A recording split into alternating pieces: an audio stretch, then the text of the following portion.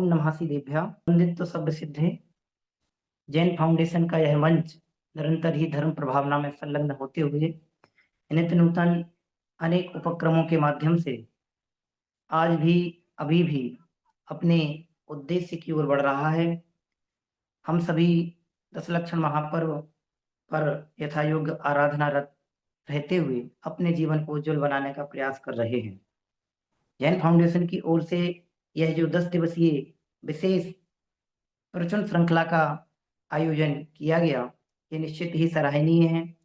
हमने अभी तक पूर्व वक्ताओं के माध्यम से क्रमशः उत्तम समाधि से लेकर के अनेक धर्मों के माध्यम से विद्वानों के मुखारबिंद से धर्म का स्वरूप समझा। उसी क्रम में आज का जो पावन दिवस है, उत्तम संयम का मंगलमयी दिवस, और जितने भी साधर्मी इस पटल से जुड़ करके धर्म लाभ ले रहे हैं वो निश्चित ही सराहनीय है, प्रशंसनीय, अनुमोदनीय है। आइए बढ़ते हैं आज के हम इस उत्तम तप धर्म की आराधना की ओर। क्या है उत्तम तप, आगम में क्या है तप का वर्णन, इत्यादि अनेकानेक प्रश्नों के उत्तर जानते हुए हम उत्तर लेकर के आ रहे हैं अपना विशेष प्रवचन वक्तव्य देने के लिए पंडित अखिलेश जी शास्त्री इंदौर। अखिलेश जी शास्त्री एक युवा विद्वान हैं। मध्य प्रदेश के एजुकेशन डिपार्टमेंट में आप लेक्चरर के रूप में पोस्टेड हैं। जैनत्व के संस्कारों का आपने जो अर्जन किया है वह रत्नत्रय दुर्धाम बांसवाड़ा की पावन पवित्र धरा है। यहाँ पर रह करके आपने पंचवर्षीय अध्ययन पूर्ण किया। यहाँ पर रहकर आपने 58 शास्त्रों का गहन अध्ययन किया। आप अपने अध्ययन काल से ही लेखन शैली में महारत हासिल किए हुए हैं। आपने अनेक अनेक कविताओं का, निबंधों का, विविध पत्रिकाओं में अपने आर्टिकल्स इत्यादि का एक दौर शिक्षण काल से ही शुरू रखा है। वर्तमान में भी आप पत्रिकाओं के संपादक के रूप में अपनी सेवाएं देते हुए जिन शासन की प्रभावना में लगे हुए हैं। साथ ही साथ इंदौर नगर में जहां आप रहते हैं, स्कूल आदि से निवृत्त होने के बाद आप वहां दैनिक पाठशाला का संचालन करते हैं। समय समय पर समाज में स्वाध्याय आदि के लिए भी जाते हैं। ऐसे धर्म रुचि संपन्न व्यक्तित्व पंडित अखिलेश जी शास्त्री साहब हमारे बीच में जुड़े हुए हैं। मैं अविलंब आपसे निवेदन कर रहा हूं कि आप आए और हम सभी को उत्तम तप धर्म का मर्म समझाने का प्रयास करें। पंडित अखिलेश जी साहब इंदौर। जय जिनेन्द्र सभी को। सभी हाथ जोड़ लें। जय श्री ओम नमः सिद्धेभ्यः। जय श्री ओम नमः सिद्धेभ्यः। जय श्री ओम नमः सिद्धेभ्यः। नमो अरिहन्ताणं नमो सिद्धाणं नमो आयर्याणं नमो वज्रायाणं नमो लोये सौवसाहुणम्। उत्तम क्षमा मार्दो आर्जव भाव है, सत्य सोच संयम तप त्याग उपाव है। आकिंचन ब्रह्मचर्य धर्म 10 सार हैं, चहुगति दुख ते तारी मुक्ति करतार हैं। चहुगति दुख ते काड़ी मुक्ति करतार हैं। आज उत्तम तप धर्म का दिवस है। अभी हम विगत दिनों से विभिन्न धर्मों के संबंध में चर्चा सुन रहे हैं। हम सभी जानते हैं कि ये जो 10 धर्म आते हैं, ये 10 धर्म हमारे अंदर विद्यमान है गुणों के रूप में, और उन गुणों को जागृत करने के लिए इन 10 धर्मों को हम सभी मनाते हैं। वर्ष में ये 3 बार आते हैं। हम उस समय विभिन्न समयों पर इनको हम मनाते ही हैं, लेकिन हमारे अंदर भी ये धर्म प्रकट हो और इनकी प्रकटता के लिए हम ये धर्म हम मनाते हैं। आज उत्तम तप का दिवस है। तप शब्द सभी ने सुना हुआ है। बहुत बार सुनते हैं और उसमें भी तपस्वी शब्द बहुत बार सुना है। तो हम सभी जानते हैं कि जो तपस्या करते हैं वो तपस्वी कहलाते हैं। मतलब जो तप करते हैं उनको ही तपस्वी कहा जाता है, ये सभी जानते हैं। लेकिन वो तप कैसा होना चाहिए, ये तप धर्म के माध्यम से हम समझेंगे। प्रवचन सार की तात्पर्य वृत्ति नामक टीका है, वहां पर आचार्य जयसेन स्वामी ने एक पंक्ति कही है, समस्त रागादि परभावेक्षा त्यागेन स्वरूपे प्रत्पन्नम व्यजनम तपः। मतलब क्या? समस्त रागादि प्रभावों की इच्छा का त्याग करना और स्वरूप में प्रत्पन्न करना यानी रमना, इन रागादि प्रभावों पर विजय प्राप्त करना, उसको तप कहा जाता है। बहुत सरल परिभाषा है। क्या यहाँ पर दो बातें यहाँ पर आई हुई हैं। क्या क्या बात? सबसे पहली बात तो है कि रागादि प्रभावों की जो इच्छा हो रही है, उस इच्छा पर विजय प्राप्त करने की बात है। और दूसरा क्या है? आत्म स्वरूप में ही रमण करने की बात यहाँ पर कही है और उसका नाम यहाँ पर तप कहा है। विभिन्न ग्रंथों में भी यही बात बतलाई गई है। प्रवचन सार की तत्वदीप का टीका में आचार्य अमृतचंद जी ने भी यही बात कही है और तत्वार्थ सूत्र जी, धवला जी ग्रंथ में भी बात कही है। तत्वार्थ सूत्र जी में बात कही है, इच्छा निरोध तप, इच्छाओं का निरोध करना वो क्या है? तप है। अब हम इसको सामान्य रूप से हम एक बात समझें कि यहाँ पर दो तरह के कथन है। एक तो समस्त राग आदि प्रभावों की इच्छा का त्याग करना और दूसरा आत्मस्वरूप में रमण करना या लीन होना, ये बात कही है। अगर हम इसको समझें तो एक जो कथन कहा गया है वो नास्तिक की अपेक्षा से कहा गया है और दूसरा जो कथन कहा हुआ है वो अस्थि की अपेक्षा से है। कैसा? कि रागादि प्रभावों के त्याग की बात कही है, नास्तिक की अपेक्षा से है। और दूसरा क्या कहा? स्वस्वरूप में, अपने स्वरूप में लीनता होना, वो अस्थि की तरफ से कथन कहा हुआ है। मतलब कि हम जो इनका सुमेल है, नास्ति रूप अस्थि रूप, जो सुमेल यहाँ पर बताया गया कि रागादि प्रभावों की इच्छा का त्याग तो करना ही है, लेकिन सिर्फ इच्छाओं का त्याग करने का नाम यहाँ पर तप नहीं है। उसके साथ साथ क्या होना चाहिए? आत्म स्वरूप की लीनता भी होना चाहिए। अगर आत्म स्वरूप की लीनता भी साथ साथ होती है तो उसका नाम ही तप है।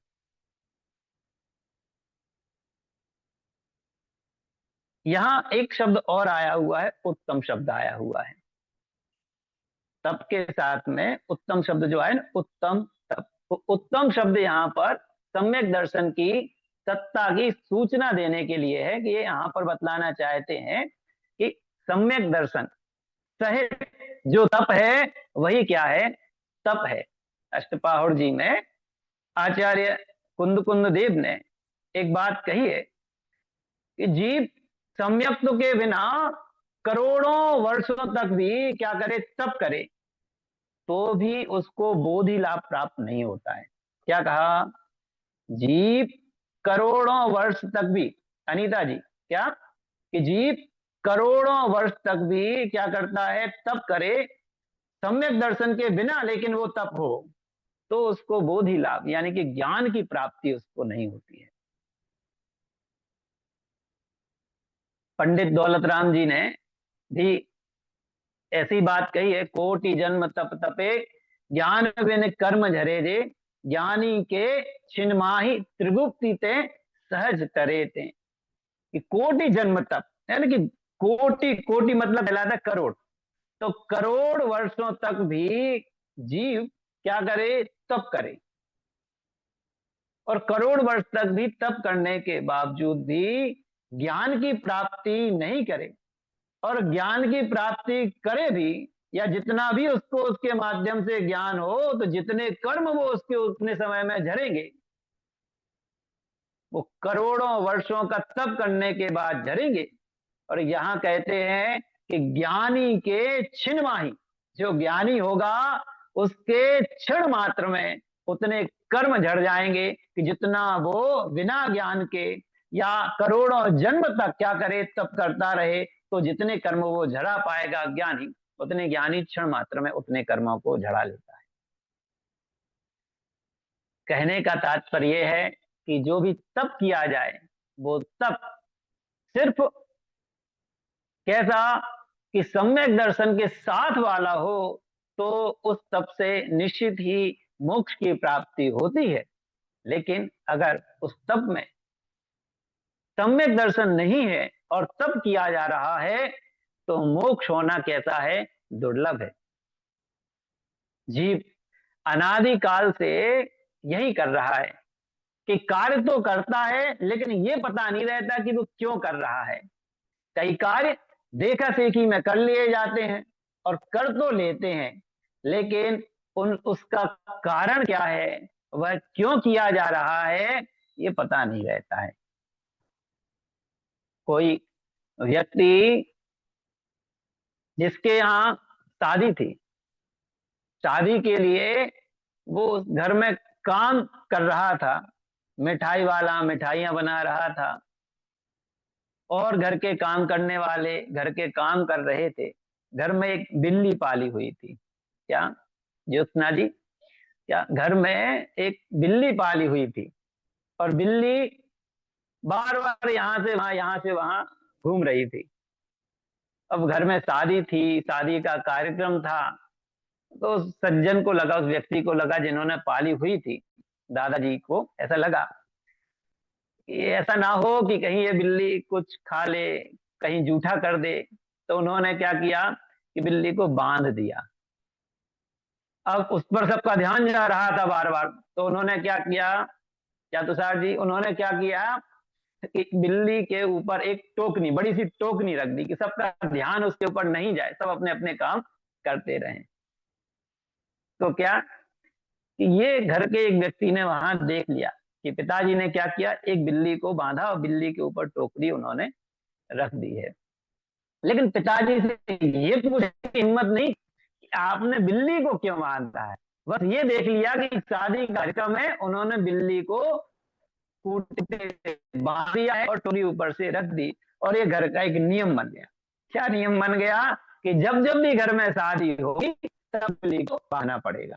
अब इसका कोई ये मतलब, कहने का तात्पर्य मेरा ये है कि जब भी हम क्या करते हैं, कोई कार्य करते हैं और हमें उसका पता नहीं चलता है या पता नहीं रहता है कि क्यों किया जा रहा है, तो उसके फल की प्राप्ति भी नहीं होती है।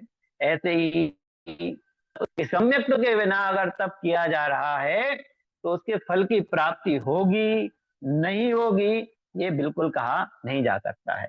समाधि शतक में भी बतलाया है कि जो जीव अविनाशी आत्मा को शरीर से भिन्न नहीं जानता है और घोर चरण कर रहा है, तो भी उसको मोक्ष की प्राप्ति नहीं होती है। घोर तपश्चरण करे तो भी।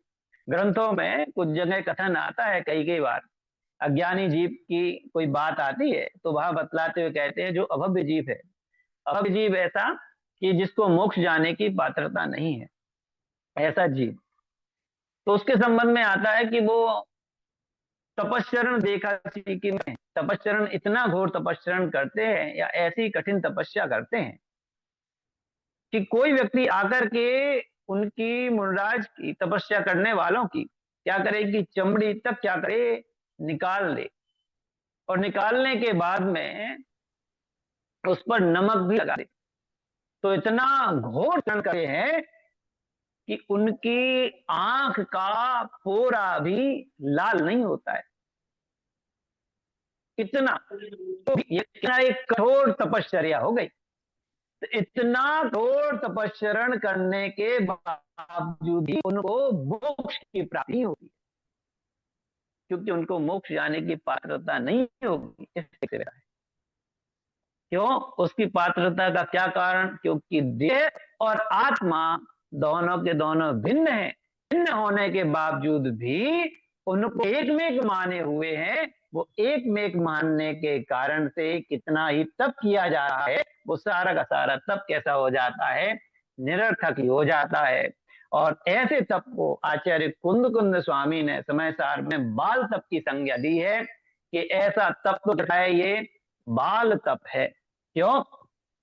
भगवती आराधना कहते हैं कि जो ये तप किया जाता है वो तप किस लिए किया जाता है कि ये जो तप है वो सभी सभी तपों में कैसा है, सबसे उत्तम रूप से माना जाता है, यानी कि उत्तम प्राप्त आने वाला होता है।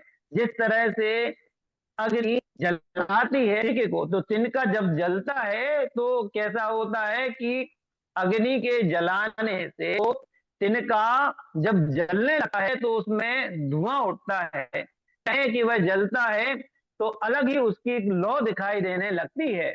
वैसे ही कर्म रूपी हम कहें वो क्या है, ये तिनका है, और उसको जलाने के लिए जो तप है, जो तप किया जाता है, भगवत आराधना में कहते हैं तब जो हमें मोक्ष दिलाने वाला है, ऐसे तब हजारों हजार जिह्वाओं के द्वारा भी कहा जाए, जिह्वा मतलब जीभ से, या हजारों बार की प्रशंसा की जाए तो भी वो क्या है, कम। तब कैसा है, तब धर्म श्रेष्ठ ही का है, कि बिना तप के कोई भी जीव मोक्ष नहीं जाता है।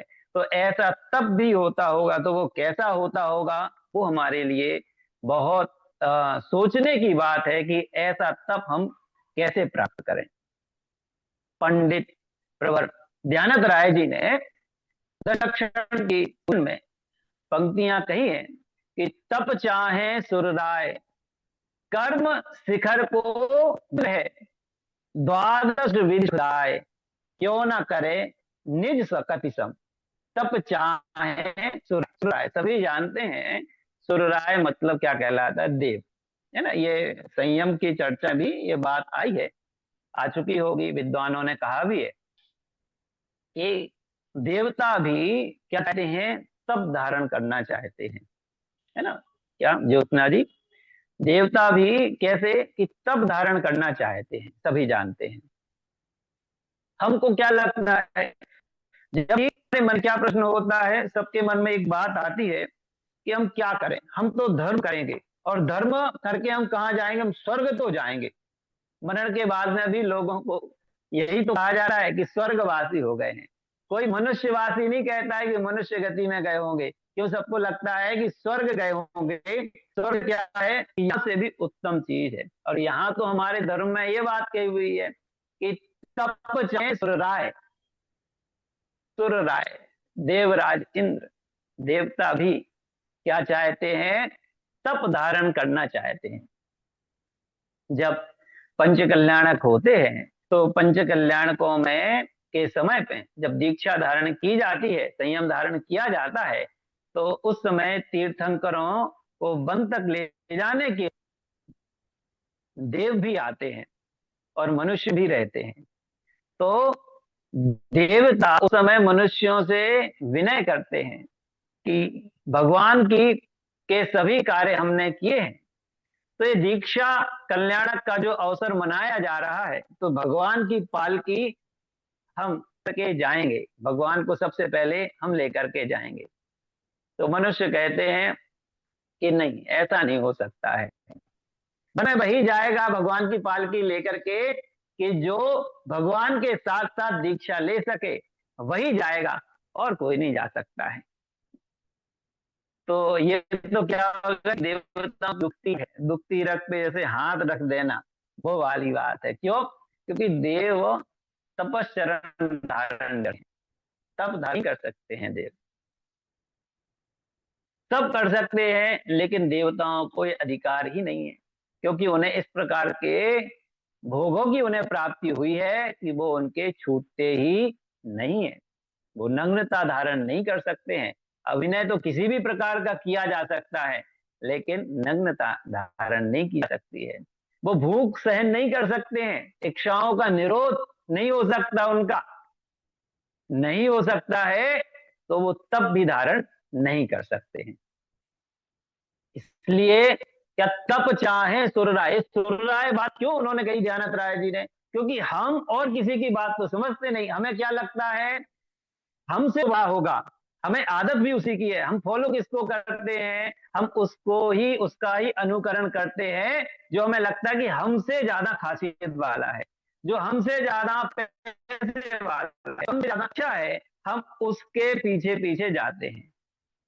तो यहाँ पर सीधा कह दिया कि हम सभी की होने लगती है कि हम क्या जाएं, कि हम स्वर्ग को प्राप्त करें। तो उन्होंने बता दिया कि तप चाहे सुर राय, लोग भी क्या चाहते हैं कि तप दान करना चाहते हैं, और उनको भी इसकी प्राप्ति नहीं होती है। तो आप क्या करो, ऐसे तप को, जिनको ये पात्रता है हम मनुष्यों को, तो हम ऐसे तप को धारण करें। क्या कहा कि तप चाहे सुर राय, कर्म शिखर को जो कैसा है, कर्म रूपी शिखरों को वज्र के समान, वज्र ऐसा कहलाए कि जो किसी से टूटता नहीं है, चाहे वो भी अस्त्र उसके सामने आ जाए तो भी उसको नहीं है। ऐसा वह क्या आता ना, आपने सुना हुआ हो कि आपने कभी कभी चित्र भी देखा हुआ हो, बहुत सारे धर्म वाले भी इसका प्रयोग करते हैं, हमारे यहाँ भी प्रयोग हुआ है ना, कि भगवान हनुमान, है ना, जब बचपन में क्या विमान से अन्यत्र जगह आए थे, तो खेलते खेलते वह क्या हो गए, उस विमान से वह नीचे गिर गए, और गिर करके एक शिला पर गिरे। तो शिला कैसी हो गई, चकनाचूर हो गई। चकनाचूर मतलब सिर्फ टूटी नहीं, टूट करके छोटे छोटे टुकड़ों के रूप में हो गई, है ना अनीता जी, है ना, वो टूट करके छोटे छोटे टुकड़ों में बिखर गई ऐसा। तो इतने ऊपर से लग गिरा, और शिला भी क्या हो गई कि चकनाचूर हो गई। क्यों चकनाचूर हो गई, क्योंकि उनको वज्र नारायण था, मतलब उनकी हड्डियां इतनी मजबूत थी कि चाहे वो बात होती ना कि कद्दू चाकू पर गिरे, चाकू कद्दू पर गिरे, टूटना कद्दू को ही है, फूटना कद्दू को ही है, वैसे हड्डियां इतनी मजबूत रहती हैं कि चाहे उनके ऊपर शिला गिर जाए, चाहे शिला के ऊपर गिरे, टूटना शिला को ही है, इतनी मजबूत होती है। और तीर्थंकरों का तो ऐसा ही सहनन होता ही है। यहाँ मैं ये कहना चाहता हूँ कि ये तप है वो भी कैसा है कि कर्म रूपी कितना ही क्या आ जाए, महान पर्वत ही क्यों ना आ जाए, कठोर पर्वत ही क्यों ना आ जाए, उस पर्वत के लिए हमारे पास में तप रूपी क्या है, वो वज्र है, और उस वज्र से कैसे ही क्यों ना हो उसको तोड़ा जाता है। तप चाहे सुर राय, कर्म शिखर को क्या है, ये वज्र के समान है। ऐसे तप को, या ऐसे तप को करने के लिए, या ऐसे तप को प्राप्त करने की पर बात की जा रही है। जब भी तप की चर्चा की तो हमारे मन में सिर्फ एक ही चर्चा आती है, या एक ही बात में आती है, तप का मतलब है कि भोजन नहीं करना। लेकिन तप का मतलब यहाँ पर सिर्फ भोजन करने से या भोजन नहीं करने से, इससे यहाँ पर मतलब नहीं है। यहाँ अगली पंक्ति में कहा है, द्वादश विधि सुखदाय, क्यों ना करें निज शक्ति संग। द्वादश विधि, द्वादश विधि, द्वादश मतलब कहलाता है 12। क्या तुषार जी, द्वादश मतलब कहलाता है 12। तो ये तप होते हैं, ये 12 प्रकार के होते हैं। 12 प्रकार के किस तरह से होते हैं कि तपों को दो भागों में बांटा जाए। पहला तो होता है बाह्य तप, और दूसरा होता है अंतरंग तप। बाह्य तप जैसा कि उसका नाम है ना, कि जहां पर शारीरिक क्रिया, या जहां पर प्रवृत्ति की प्रधानता होती है, कार्य करने की प्रधानता जहां पर होती है, शारीरिक प्रधानता, शरीर की प्रधानता जहां पर हो, शारीरिक प्रवृत्तियों की चर्चा जहां पर होती है, वो तप बाह्य तप कहलाते हैं। शरीर से संबंध, और इनका संबंध क्या है, आत्मा से जिनका संबंध है, ऐसे तपों को हम यहाँ पर क्या कहते हैं, अभ्यंतर तपों को यहाँ पर अंतरंग तप कहते हैं। यानी कि जो तप है वो दो एक हो गए, एक बाह्य तप और दूसरा अंतरंग तप। जो बाह्य तप है वो भी 6 तरह के हैं, जो अंतरंग तप है वो भी 6 तरह के हैं। इस तरह से जो तप है वो 12 प्रकार के तप हो जाते हैं, 6 अंतरंग तप और 6 बहिरंग तप।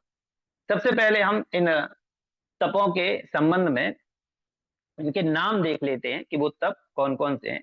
सबसे पहले बाह्य तप है ना, बाह्य तप की चर्चा कर रहे हैं। बाह्य तप में कौन कौन से हैं? अनशन है ना, अनशन पहला तप कौन सा है? अनशन। दूसरा अवमौदर्य। तीसरा वृत्ति परिसंख्यान। चौथा रस परित्याग। पांचवा विविक्त सय्यासन। और छठवा है काय क्लेश। मैं फिर से दोहरा रहा हूं, जिन्होंने नहीं लिखा है लिख रहे हैं शायद कुछ जन, इसलिए मैं फिर से दोहरा रहा हूं। अनशन, अमौदर्य, वृत्ति परिसंधान, रस परित्याग, विविक्त सय्यासन और काय क्लेश। ये 6 बाह्य तप हैं। 6 अंतरंग तप भी हैं। अंतरंग तपों में प्रायश्चित, विनय, वैयावृत्य, स्वाध्याय, व्युत्सर्ग और ध्यान। सभी तपों में सबसे मुख्य जो तप है, प्रधान तप है, वो ध्यान तप है ना।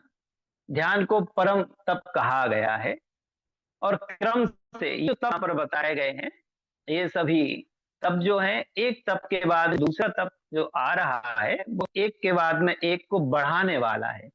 यानी कि उससे उत्कृष्ट अगला वाला, उससे उत्कृष्ट अगला वाला, उसके बाद वाला उससे उत्कृष्ट है, ऐसा क्रम आकर के जो अंतिम जो तप आता है, परम तप जिसे कहा जाता है ध्यान, वो अंतिम है और परम तप है।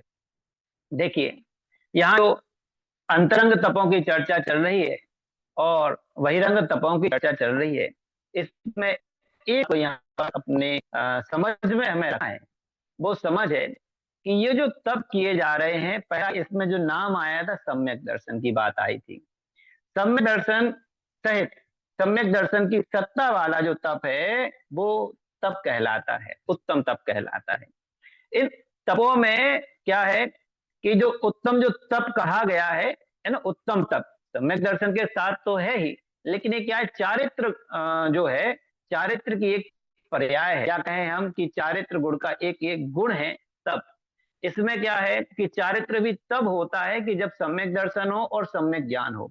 तो इसका मतलब हम ये समझे कि जो किया जा रहा है उसमें सम्यक दर्शन भी है, सम्यक ज्ञान भी है और सम्यक चारित्र भी है। ये तीनों की एकता पूर्वक जो तप किया जा रहा है वो तप है। और तप में भी क्या है, सम्यक दर्शन ज्ञान चारित्र जो कहा जा रहा है वो भी किसमें है कि तप किया जाता है तो उसमें शुद्धोपयोग की मुख्यता, इच्छाओं का निरोध तो है, लेकिन उसके साथ में मुख्यता किसकी है? शुद्धोपयोग की यहाँ पर वो मुख्यता होती है। तो ऐसे जो तप हैं, क्या ऐसे जो तप कहे हैं, उन तपों में एक वीतराग भाव है। वो वीतराग भाव यहाँ पर क्या होता है? मुख्य होता है। पंडित टोडरमल जी हुए, उन्होंने इन तपों के संबंध में एक बात यहाँ पर कही है कि जो ये तप किए जा रहे हैं, अनशन है, अवमौदर्य है, वृत्ति परिसंख्यान आदि तप है, चाहे प्रायश्चित आदि जो कहे जा रहे हैं, उन सब तपों में एक जो सत्य बात है वो क्या बात है कि यहाँ पर विराग भाव कहता है। विराग भाव ना हो, तप किए जा रहे हैं वो तप रहेंगे, वो राग रूप हो जाएंगे अगर वहां पर वीतरागता की मुख्यता नहीं रहे। मान लीजिए तप किया रहा है और तप के माध्यम से जैसे कि कुछ प्राप्ति करने की इच्छा हो हमारे अंदर में, क्या प्राप्त करने की कि हम देव बन जाए, या हमारा कोई मान रखे, हमारा कोई सम्मान करे, हमें कोई पूजे, कोई ऐसी अगर क्या हो इच्छाएं रह जाएं तो वो सराग वाला तप हो जाएगा। और उस तप से हो सकता है उसको प्राप्ति भविष्य में हो भी जाए, लेकिन वो भीतर रूप नहीं होने से मोक्ष का कारण नहीं हो सकता। क्या तप तो जो है वो क्या है, इच्छाओं का निरोध है, और इच्छाओं के निरोध से क्या होना चाहिए, मोक्ष होना चाहिए। और वो इच्छाओं का निरोध भी कब होगा, जब परिणति हमारी, हमारा ध्यान कहाँ होगा, शुद्धोपयोग के प्रति या अपनी आत्मा के प्रति हमारा ध्यान होगा, तो ही हमें वो प्राप्ति होगी। अब एक बात और आती है कि ये जो तप किया जा रहा है, उनमें अनशन आदि के जो तप किए जा रहे हैं, कहा गया कि ये तो शुद्धोपयोग रूप नहीं है, या इनको अगर हम शुद्धोपयोग रूप नहीं माने तो तप नहीं है। तो ये एक प्रश्न खड़ा होता है कि फिर ये अनशन आदि जो है उनको तप की संज्ञा क्यों दी है। अनशन, अनशन का मतलब तो क्या होता है कि उपवास करना। अनशन का मतलब तो उपवास करना होता है। अवमोदर्य मतलब एक बार खाना होता है। तो यहां पर कहते हैं कि जब आप इनको आप तब मान ही नहीं रहे हैं, यहां पर तो आप शुद्धोपयोग रूप भावों की परिणति को उसको तब कह रहे हैं, वीतराग भाव की परिणति को आप तब कह रहे हैं, तो आपने इसको अनशन को तब कहा ही क्यों, उपवास करने को तब कहा ही क्यों। तो उन्होंने कहा कि देखिए आपको सबसे पहले बताया कि यहाँ पर तो वाह तब कहा ना, ये क्या, ये बाहर के तप हैं, बाह्य तप हैं। ये जो संज्ञा दी जा रही ना, ये तो बाहर की संज्ञा है कि आपको दिखाई तो देंगे कि तपस्वी हैं बाहर के तपों से, आप उन्हें सब, लेकिन उनके अंदर क्या चल रहा है, उसके माध्यम से कि उनके अंदर से चल रहा है कि मैं शुद्धोपयोग रूप हूं, मैं जीव हूं, और ये शरीर को बतलाने के लिए वो तप कर रहे हैं। वो इसलिए तपनी मुंडाज करते हैं कि मुझे ये बतलाना है कि मैं एक दिन का उपवासी, 2 दिन का उपवासी, मैं साल भर का उपवासी, 6 महीने का उपवासी हूं, ऐसा बतलाने के लिए वो तप नहीं कर रहे हैं। वो क्या बतलाना चाहते हैं कि ये जो अंतरंग की परिणति है, वो अंतरंग की परिणति में मेरी वृद्धि हो, इच्छाएं जो मेरी लगातार पर परिणामों में, पर कषायों में दिखाई दे रही हैं, तो उस माध्यम से वो पर परिणति रूप जो मेरा भाव हो रहा है, वो क्या हो जाए, वृत्ति मेरी उस रूप। तो इसलिए इनको क्या कहा जाता है कि इनको दूर करने के लिए तप किया जा रहा है। तो इसीलिए उन और बाह्य तप से श्रेष्ठ पुत्र वृद्धि को प्राप्त होते हैं। अब भाई कभी कभी ये होता है, हमने देखा है कि मान लीजिए कोई अनशन कर रहा है, किसी ने उपवास किया, अनशन उपवास किया, और उपवास करने पर होता है, हम सभी के में होता है और सबने देखा हुआ है, बहुत से हम सभी जानते हैं, उपवास होता है जिसने 1 दिन का उपवास किया, 2 दिन का उपवास किया, तो कई कई बार मंदिरों में उनकी सूचनाएं दी जाती हैं कि इन्होंने 1 दिन का उपवास किया, और जो 1 दिन का उपवास उसको इतना नाम मिलेगा, पुरस्कार तक दिए जाए। कई कई बार जो 2 दिन का उपवास किया उससे श्रेष्ठ है, 5 दिन का उपवास किया बहुत से, जिन्होंने 10 दिन का उपवास किया तो उनको मंच पर ले जा करके क्या किया जाता है, सम्मानित करवाया जाता है। अब एक प्रश्न यहाँ खड़ा होता है कि हम जब उपवास करते हैं तो उपवास करने में या उपवास करते हुए हमारा मन किधर रहता है। अगर हमारा चित्त, उपवास हमने किया और हम हमारे मन को भ्रमाए रखने के लिए, क्या नीता जी, क्या हम हमारे मन को भ्रमाने के लिए, स्मिता जी, क्या कि हम अपने मन को भ्रमाने के लिए क्या करें कि दूसरे दूसरे काम करते रहे, कहीं हम पढ़ते रहे, कहीं बच्चों को खाते रहे, कहीं हम टीवी देखते रहे, कहीं हम पीते रहे, कहीं हम घर में खाना बनाने के सोचते रहे, और हमने उपवास किया कि कोई पूछे कि क्या किया आपने, तो हम कहें उपवास किया है। कितने दिन का उपवास है हमारा, 5 दिन का, 10 दिन का उपवास है, और हम क्या कर रहे हैं कि हमें आकुलता नहीं हो, तो हम निरंतर दूसरे दूसरे कामों में लगे हुए हैं, और हम स्वाध्याय नहीं कर रहे हैं, हम आत्मचिंतन नहीं कर रहे हैं। उपवास, उपवास का मतलब क्या होता है, अपने समीप वास करना, अपने आत्मा के समीप आना, वो उपवास कहलाता है। और हम क्या है कि अपने चित्त को भ्रमाए हुए हैं, दूसरे दूसरे जगह भ्रमाए हुए, क्यों, क्योंकि हमें याद ना आ जाए, कोई भोजन की चर्चा ना करे हमसे, कोई हमसे पीने की चर्चा ना करे, कोई हमसे अन्य कोई चर्चा ना करे, तो हम कहीं न्यूज़पेपर में, कहीं कहानी, कहीं कुछ टाइम हमारा निकलता रहे, वो उसको तप, क्या वो तप नहीं है। तब तो क्या है, उपवास कहा अपने समीप वास करना। भाई संसार के लोग आपको माने चाहे नहीं माने, उससे क्या फर्क पड़ता है। हम अंतरंग में जो तपस्या की जा रही है, उपवास किया जा रहा है, वो आत्महित की दृष्टि से किया जा रहा है। किसी व्यक्ति ने उपवास किया, 1 दिन का उपवास किया, 2 दिन का उन्होंने उपवास किया, घंटे भर का, आधा घंटे का उपवास किया, इतने समय का भी उपवास किया हो, लेकिन चित्त अगर क्या है कि अंतरंग की ओर है तो सही है। अगर वो बहिरंग की ओर जाता वो तो उपवास नहीं है। अगर कोई स्वाध्याय करता है, पठन पाठन करता है, भले ही 2 टाइम खा रहा हो, 1 टाइम खा रहा हो, कैसे भी भोजन कर रहा हो, लेकिन निरंतर वो अपने मन के लिए क्या कर रहा है, ज्ञान पर ले जा रहा है, निरंतर स्वाध्याय की ओर ले जा रहा है, तो क्या है वो उत्तम। क्योंकि एक तो और तप होने के साथ साथ क्या है, इसमें तो है ही, लेकिन परिणति भी हमारे निरंतर आत्मचिंतन की ओर जाती है, जिसको परम तप के रूप में भी कहा है। विषयाशावशाती तो निरारंभो परिग्रह ज्ञान ध्यान तपो रखता तपस्वी आता है कि 5 इंद्रियों की जिनको विषयों की अभिलाषा है, उपवास कर रहे हैं, एकांत कर रहे हैं, फिर भी वो इच्छाएं निरंतर बनी हुई हैं, तो उसको तप नहीं कहा। सभी जानते हैं भगवान ने को लगभग उन्होंने 6 महीने का उपवास किया था, दीक्षा लेते ही 6 माह का उपवास किया था, और 6 माह तक लगभग उनको आहार की प्राप्ति नहीं हुई। ठीक है, 6 माह तक जो उन्होंने उपवास किया, तो उपवास करते हुए भी उनको केवल ज्ञान प्राप्ति नहीं हुई। क्या, उपवास तो किया लेकिन केवल ज्ञान की उनको प्राप्ति नहीं हुई। अब केवल ज्ञान की प्राप्ति नहीं हुई, उसका मतलब क्या है कि उपवास कर लेने मात्र से केवल की प्राप्ति नहीं हुई।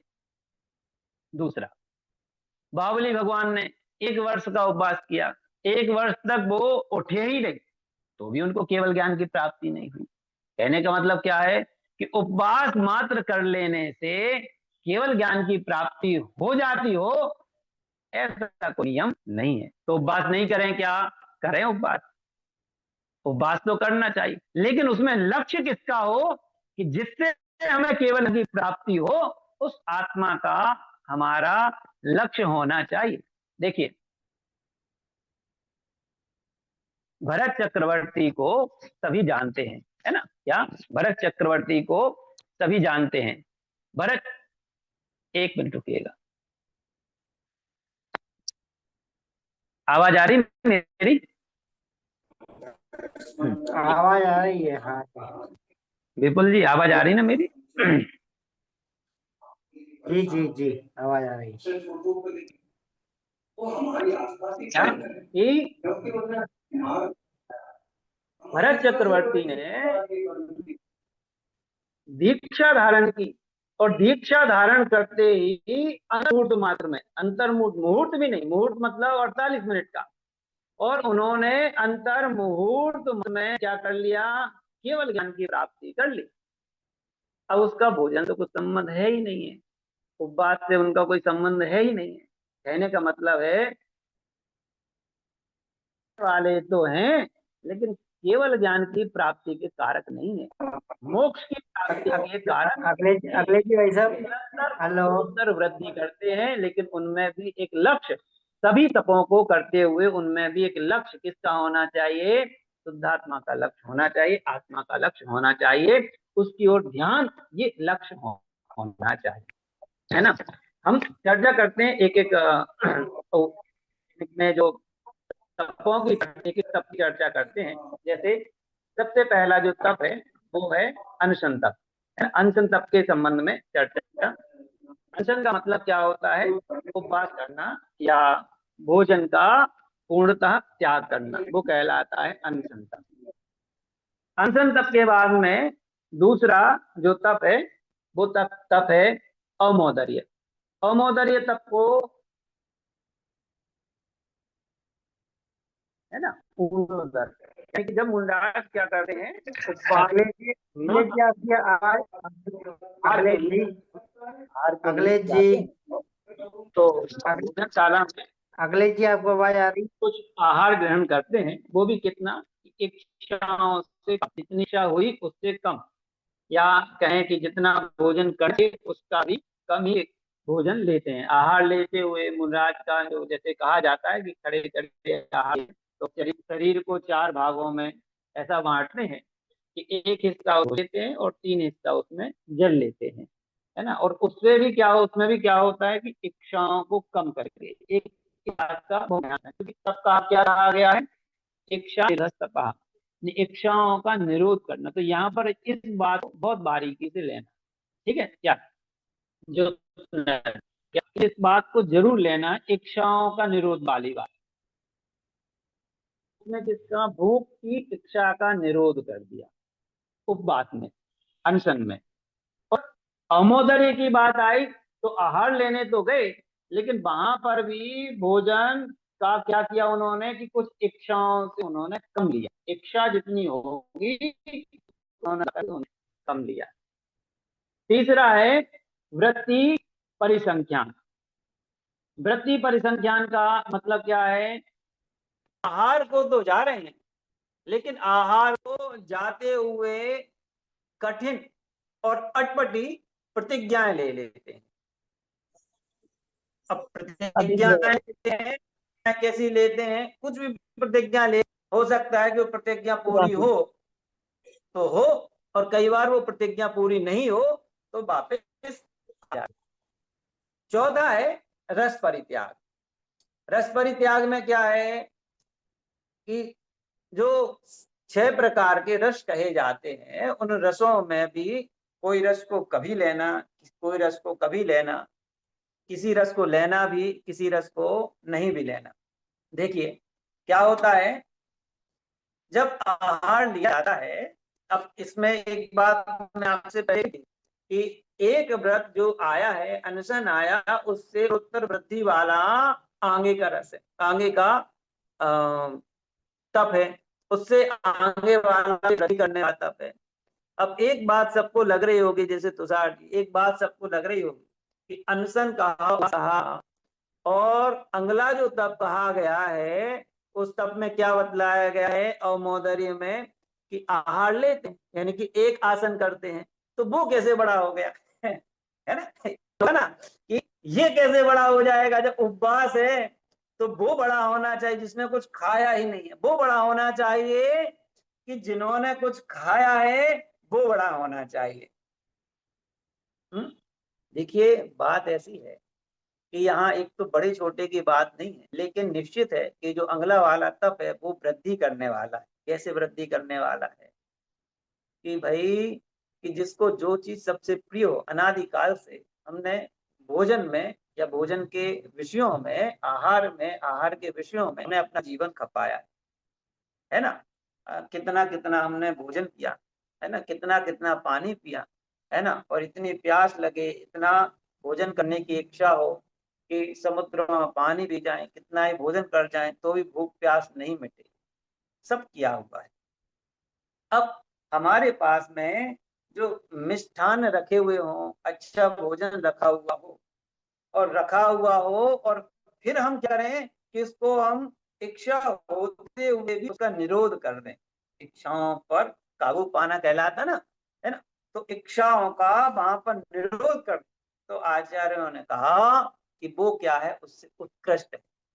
क्या है, एक तो हमने मन में विचार कर लिया पहले ही कि हमें भोजन करने नहीं जाना है, तो वो तो हम गए ही नहीं है, वो हम गए ही नहीं है, और वो गए हुए हैं, जाकर के क्या कर देना, मना कर देना कि नहीं हम इतना ही खाएंगे, हम इतना ही लेंगे, एक तो कम ही ले रहे। देखो अगर पेट हो जाए और फिर उसके बाद कहें कि नहीं अब नहीं चाहिए, तो उसमें इच्छाओं का निरोध नहीं। इच्छाओं का निरोध कब कि भरपेट भोजन नहीं लिया और इच्छा होने के बावजूद भी क्या किया कि अब हमको आहार और नहीं, वो इच्छा का निरोध किया जाए, उसमें ज्यादा जोर लगता है। क्या उसमें ज्यादा जोर लगता है कि कोई क्या हो कि गाड़ी रखी हुई हो और उसको क्या करना, धक्का देना, वो आसान है। और एक गाड़ी कैसी है, सही है, विपरीत दिशा में उसको खींचना, उससे क्या होगा कि उसमें ज्यादा जोर लगता है। बस ऐसा ही है कि उपवास किया और उपवास की जगह पर क्या किया जा रहा है कि अवमोदर्य में पुनर किया जा रहा है, भूख से कम लिया जा रहा है, इच्छाओं का निरोध वहां पर जो है ना। मतलब होता तो अभी ये है कि लोग एक आसन करते हैं, तो एक आसन में कि जब भोजन के लिए बैठते हैं तो पता है कि हम एक ही टाइम भोजन करेंगे, तो जो रेगुलर में जैसा भोजन करते हैं उसकी अपेक्षा दुगना ही भोजन कर लेते हैं। ऐसा गरिष्ठ भोजन करते हैं कि उसकी गरिष्ठ के कारण से आलस आता है, प्रमाद आता है, गलत गलत विचार आते हैं, और धर्म ध्यान के प्रति तो हमारा मन जाता नहीं है और अन्य विषयों में हमारा मन जाने लगता है। तो वो क्या अमोदर्य नहीं है, वो तो धूनोदर, उसको धूनोदर कहें कि एक बार नहीं खाया, तो एक बार है, भोजन तो एक बार किया, लेकिन उसको 2 टाइम वाला कर लिया, तो वो नहीं है। तीसरे यहाँ पर जो वृत्ति परिसंख्यान बताए, वो कैसे उत्तरोत्तर वृद्धि करने वाला है, वो ऐसे उत्तरोत्तर वृद्धि करने वाला है कि उसमें जो समय उनका जो लग रहा है कि हम आहार को तो जाएंगे, लेकिन अटपटी प्रतिज्ञा ली उसके संबंध में, वो भी इच्छाओं का कि आहार के लिए इच्छा तो है आहार की, लेकिन जाएंगे, लेकिन कब, कि जब मुझे मेरे हिसाब से आहार मिलेगा तभी मैं जाऊंगा। ये इसके बाद बताए वृत्ति परिसंख्यान, तो ये क्यों बढ़ा, उसके बाद में कहा क्यों क्यों रस परित्याग, कि जाएंगे तो खाएंगे भी, आहार भी लेंगे, कठिन प्रतिज्ञाएं भी ले रहे, लेकिन हम जाएंगे तो यही एक रस लेंगे, 2 ही रस लेंगे, मीठा लिया खट्टा नहीं लेंगे, दूध लिया है दही नहीं लेंगे, घी नहीं लेंगे, नमक नहीं लेंगे, ऐसा अटपटी प्रतिज्ञाएं करके वो क्या होते हैं, ऐसा जाते हैं। अब 5वां जो है वो तब है विविक्त सय्यासन। विविक्त सय्यासन का मतलब क्या होता है, विविक्त, विविक्त मतलब होता है एकांत में, है ना। और सय्यासन, सय्या मतलब सय्या पर, आसन मतलब बैठना रहना। तो एकांत में मुनिराज जो क्या करते हैं कि एकांत स्थान में तप करने के लिए बैठते हैं। ज्यादातर होता यह है, कई बार लोगों को दिखाने की जिनकी प्रवृत्ति हो, तो वो ऐसी जगह बैठेंगे कि जहां पर हम सामायिक करें या कुछ करें तो हमें लोग देख धर्मात्मा है। लेकिन मुनिराज का ऐसा नहीं, मुनिराज का एकांत स्थान में, एकांत स्थान में वियुक्त सय्यासन, एकांत स्थान में कि जहां उन्हें डिस्टर्ब नहीं करे, है ना। वो कहा ही है कि जंगल में मुनिराज, है ना, रहते हैं या रहने का विचार करते हैं, तो क्यों लोगों के बीच में नहीं रहते हैं, क्यों, क्योंकि जंगल में तो जंगल के जानवर जो होंगे वो शरीर खाएंगे, लेकिन लोगों के बीच में रहेंगे तो वो विभिन्न प्रकार के हमारे दिमाग को डिस्टर्ब करेंगे। तो शरीर खाएंगे तो हो सकता है एक भाव हमारा खराब हो, अगर किसी ने दिमाग खराब कर दिया हमारा, मन हमारा, चित्त हमारा जैसे तैसे धर्म की पहुंचा और उसको क्या कर दिया कि मैला कर दिया, तो पता नहीं कितने कितने भाव खराब हो जाए, ये हो सकता है। और 6वां है काय क्लेश। काय क्लेश क्या है कि काय क्लेश में दुख, काया को क्लेश देना, उसका नाम तब नहीं कि वो शरीर को दुखी करें, इसका नाम नहीं है, बस इतना है कि उसके माध्यम से वो धर्म ध्यान कर सकें, मन वचन काय के प्रवृत्ति के द्वारा, चाहे कोई भी ऋतु हो उसके माध्यम से। देखो आपने ना हुआ हो अगर, तो मांगी तुंगी पर्वत शिखर जी है, या अन्यत्र बहुत से पर्वतों से कई तीर्थंकर, कई भगवान मोक्ष गए हुए हैं, वहां देखा हुआ होगा वो बहुत एकांत में वो जगह है, पहाड़ियों पर, चोटियों पर है। मांगी तुंगी गया था मैं, मैंने देखा कि वहां पर अभी भी चढ़ना क्या होता, बहुत मुश्किल होता है, और भगवान उतने उतने ऊंचाई पर, उतने उतने दूर पर पहुंचे, क्यों पहुंचे, वहां पर उन्हें गर्मी की चिंता नहीं है, बारिश की चिंता नहीं है, उन्हें शीत की चिंता नहीं है, उन्हें चिंता है कि लोग उनके पास तक ना पहुंचे, बस जानवर पहुंच जाए, उनको वो एकांत स्थान चाहिए। और उसमें काय को अगर किसी प्रकार का क्लेश होता हो तो हो, लेकिन के माध्यम से क्या हो कि मुझे आत्म तत्व की प्राप्ति वहां पर किया जाता है। ये तो हो गए बाहर की चर्चा। अब अगला जो तप है वो है अंतरंग तप। अंतरंग तपों में, अंतरंग तपों में, अंतरंग तपों में आते हैं प्रायश्चित। प्रायश्चित का मतलब होता है अपने दोषों की आलोचना करना, निंदा करना और उनकी गर्हा करना, वो प्रायश्चित कहलाता है। मुंडराज होते हैं, आहार के लिए जाते हैं, तो आहार के बाद ही ये प्रायश्चित की बात आती है, क्योंकि समझ होती है कि जब लोगों के बीच में जाते हैं क्या होता है, कठिनाइयां होती हैं, तभी क्या होता है, ये दिक्कतें होती हैं, तो प्रायश्चित उस समय लिया जाता है। विनय, विनय का मतलब होता है, विनय कई प्रकार की विनय की चर्चा आती है। विनय का मतलब देखिए, विनय दो तीन तरह से किसी से चर्चा की जाती है, बड़ों से चर्चा, बड़े छोटों से चर्चा करें, तो वहाँ विनय की बहुत ज्यादा चर्चा आती है। कहते भी हैं, लोग भी आपस में चर्चा करते हैं कि विद्यार्थी हमारी विनय नहीं करते, इनको अनुशासन नहीं, वो वाला विनय नहीं। यहाँ पर वो विनय तप नहीं है, क्योंकि वो तो एक सामान्य अनुशासन है। यहाँ पर जो विनय है वो भी ऐसा नहीं कि किसी के सामने ही अपना माथा नवा देना, वो भी विनय नहीं है। यहाँ तप की चर्चा चल रही है, तप की चर्चा चल रही है। तो विनय चार प्रकार की कही गई है, ज्ञान विनय, दर्शन विनय, चारित्र विनय और उपचार विनय। ज्ञान जो विनय है, तो सम्यक ज्ञान पूर्वक क्या करना कि अपने आत्मस्वरूप की विनय करना, साथ में उन ज्ञानियों की विनय करना जिनको सम्यक ज्ञान की प्राप्ति है। दर्शन विनय, जिनको सम्यक दर्शन की प्राप्ति है उनकी विनय करना, और अपनी आत्मा में वे सम्यक अगर हो तो उस सम्यक की विनय करना। चारित्र, सम्यक चारित्र की विनय करना जो स्वयं को हो, और जो चारित्रवंत है उनकी विनय करना, वो कहलाता है चारित्र विनय। और उपचार विनय, ऐसे धर्म जिनको सम्यक दर्शन, सम्यक ज्ञान, सम्यक चारित्र की प्राप्ति है, उनको उनकी विनय करना, वो कहलाता है उपचार विनय। ऐसे चार तरह की विनय की चर्चा आती है। इसके बाद आता है वैयाव्रत। वैयाव्रत में क्या है, वैयाव्रत का मतलब सामान्य से हमें लगता है कि किसी के हाथ पैर दबा देना, वो वैयाव्रत है, लेकिन किसी के हाथ पैर ही दबा देना वो वैयाव्रत नहीं कहलाता है।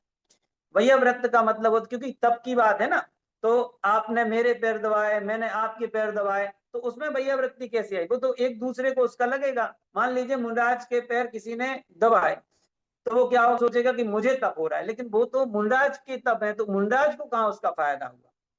और मुंडराज सोचे कि इससे मुझे तप की प्राप्ति हो जाए, पैर दबाने से या कुछ हो जाए, तो वो भी नहीं। वो वैयाव्रत तप तो वो कहलाता है कि जब किसी का स्थितिकरण करना हो। जैसे मान लीजिए कहीं बहुत बच्चों की दिक्कत हो जाती है, या किन्हीं मुंडराज को कभी प्यास चिंता जग जाए, हो सकता है कभी आहार की चिंता जग जाए, कभी बुढ़ापे में किसी अस्वस्थता की चिंता हो जाए, तो उस समय क्या किया जाता है कि उनको स्थिर करने के लिए अन्य मुंडराज क्या करते हैं, वो उनकी वैयाव्रत करते हैं, हाथ पैर दबाते हैं सामने से, और कहते हैं, उन्हें फिर समझाते हैं कि आपको ऐसा विचार क्यों आ गया, आपको आहार का विचार क्यों आ गया, क्योंकि हम तो अनादिकाल से कितना ही भोजन करते आ रहे, आज तक हमारी भूख मिटी क्या? तो आपको ऐसा विचार कैसे आया? आपको रात्रि में ऐसे प्यास का विषय कैसे आ गया? आपको विचार कैसे आ गया? हम अनादिकाल से, तो वो शरीर भी क्या करते जाते हैं, करते जाते हैं और समाते जाते हैं। हम ये जानते हैं संसार में कि हमें पहले करके दिखाना, अगर हम करके नहीं किसी को, तो उन्हें लगता है कि सीधा उपदेश दिया जाए, सीधा कहें कि आपको भूख कर नहीं आना चाहिए, तो नहीं समझेंगे। और प्रेम से अगर उस बात को समझाएंगे, स्थिति करके समझाएंगे, तो बात निश्चित है समझ में आएगी। आगे जो चर्चा है वो स्वाध्याय की। स्वाध्याय मतलब ऐसा, स्व मतलब स्वयं का, अधि मतलब ज्ञान है ना, और अय मतलब प्राप्त करना। तो स्वयं का ज्ञान प्राप्त करना वो कहलाता है स्वाध्याय।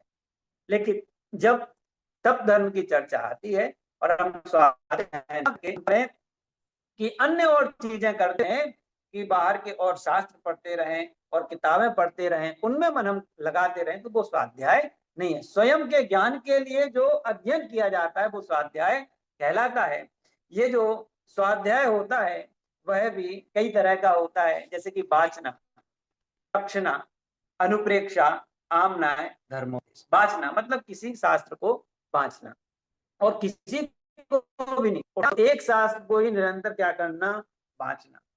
वृक्ष मान लीजिए उस शास्त्र में किसी प्रकार की हमें कोई बात समझ में नहीं आ रही, तो उसके जो विशेष ज्ञानी है उन विशेष ज्ञानियों से उसकी चर्चा करना, और विनम्रता पूर्वक उनको ये बतलाने के लिए कि मुझे आपसे ज्यादा आता है तो बस कुछ भी पूछ लिया, ऐसा नहीं।